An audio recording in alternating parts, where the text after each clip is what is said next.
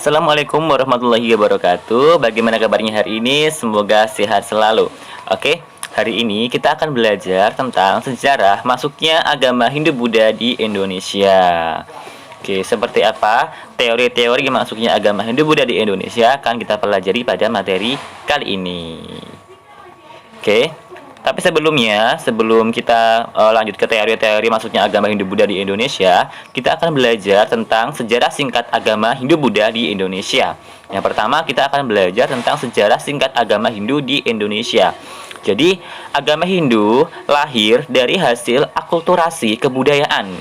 Ini ada kebudayaan bangsa Arya dan kebudayaan bangsa Dravida di Indonesia. Dan agama Hindu ini merupakan lanjutan dari agamanya bangsa Arya, yaitu agama Weda gitu ya. Nah, bangsa Arya itu datang ke India itu sejak kurang lebih pada 1500 tahun sebelum Masehi, tepatnya di Sungai Sindus atau di Sungai Indus di daerah Punjab, India gitu. Nah, nama sungai inilah yang akan menjadi nama agama Hindu di di saat ini gitu. Jadi berasal dari nama Sungai Indus itu. Nah, bangsa Arya yang datang itu ternyata di daerah Sungai Indus itu sudah ada bangsa Dravida yang terlebih dahulu menetap di daerah tersebut gitu. Nah, akhirnya mereka seperti berakulturasi gitu ya antara kebudayaan Arya dan juga kebudayaan bangsa Dravida gitu.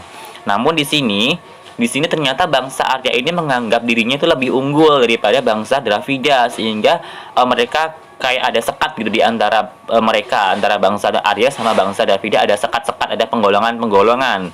Maka muncullah yang namanya kasta. Nah, di sini ada 4 kasta, yaitu kasta Brahmana, Ksatria, Waisya dan juga Sudra gitu.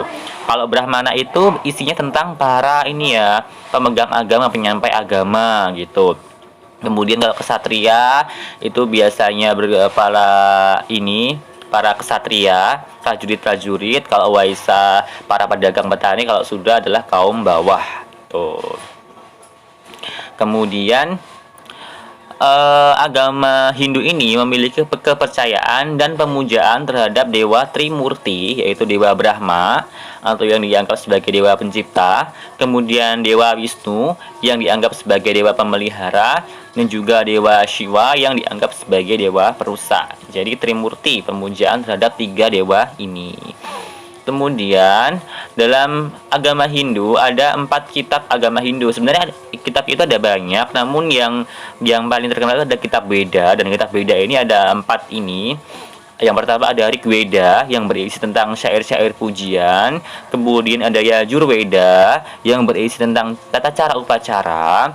Kemudian ada Samaveda yang berisi tentang nyanyian untuk upacara.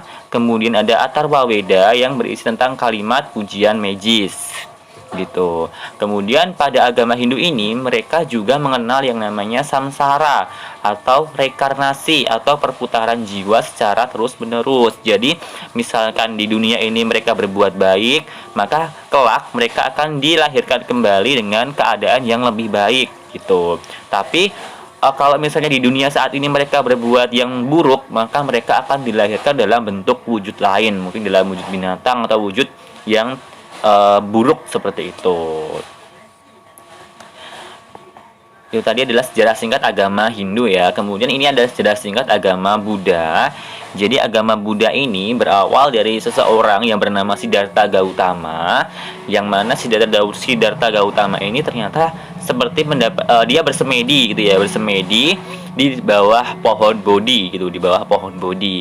Dan dari semedinya di bawah pohon Bodhi itu dia mendapatkan seperti ilham atau wahyu gitu, atau wahyu untuk disampaikan kepada umat-umat di alam semesta ini gitu. Maka setelah dia menerima wahyu dari pertapaannya, dia kemudian mengajak orang-orang untuk mengikuti dia gitu.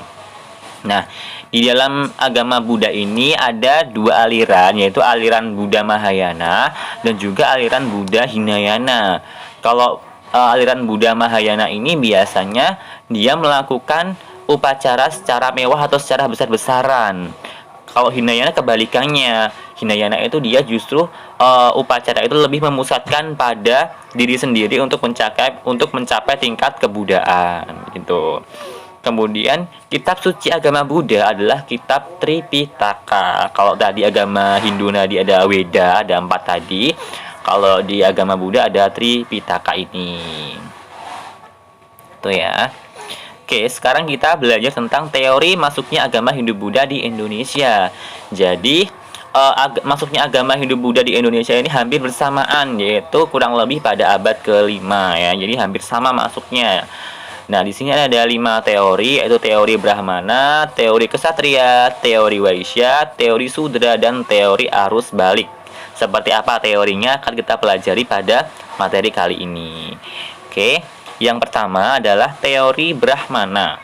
Teori Brahmana, salah satu yang mencetuskan teori ini adalah Vanler. Jadi Vanler berpendapat bahwa kaum Brahmana ini diundang ke Indonesia. Nah, karena orang-orang Indonesia ini tertarik untuk belajar agama Hindu, sehingga orang-orang Indonesia ini meminta pendeta atau kaum Brahmana dari India untuk mengajarkan agama Hindu di Indonesia. Itu contohnya. Ini menurut Vanler. Jadi ada yang menyebarkan agama Hindu-Buddha di Indonesia itu adalah kaum Brahmana. Nah, selain itu kan juga kaum Brahmana ini adalah kaum yang lebih mengerti tentang agama Hindu-Buddha. Jadi mereka lebih tahu tentang keagamaan dari Hindu-Buddha itu. Kemudian selain itu juga ada pendapat lain bahwa kaum Brahmana ini adalah kaum yang mengerti bahasa Sanskerta dan huruf Pallava gitu ya. Sedangkan kita tahu sendiri bahwa prasasti di Indonesia itu kebanyakan menggunakan bahasa Sanskerta dan juga huruf Pallava. Jadi kemungkinan kaum Brahmana inilah yang menyebarkan agama Hindu-Buddha di Indonesia karena mereka lebih dekat dengan unsur keagamaannya, lebih paham gitu ya. Kemudian yang kedua adalah teori Ksatria. Nah, teori Ksatria ini ada beberapa yang berpendapat, ada Sisebberg, ada Mukherjee dan juga J. Simmons. Jadi pendapatnya itu ternyata di daerah India sana ada peperangan yang mengakibatkan para ksatria yang kalah itu melarikan diri ke luar India hingga sampai ke Indonesia seperti itu. Jadi yang membawa agama Hindu-Buddha ke Indonesia ini adalah kaum ksatria yang meninggalkan India seperti itu. Yang ketiga ada teori Waisya. Nah, teori Waisya ini yang berpendapat salah satunya adalah N.G. Krom. Dia berpendapat bahwa agama Hindu-Buddha dibawa oleh para pedagang yang berdagang di Indonesia. Dan sembari mereka berdagang, mereka juga menyebarkan agama Hindu-Buddha di Indonesia. Itu. Jadi, yang membawa agama Hindu-Buddha ke Indonesia adalah kaum Waisya. Kemudian teori yang keempat adalah teori Sudra.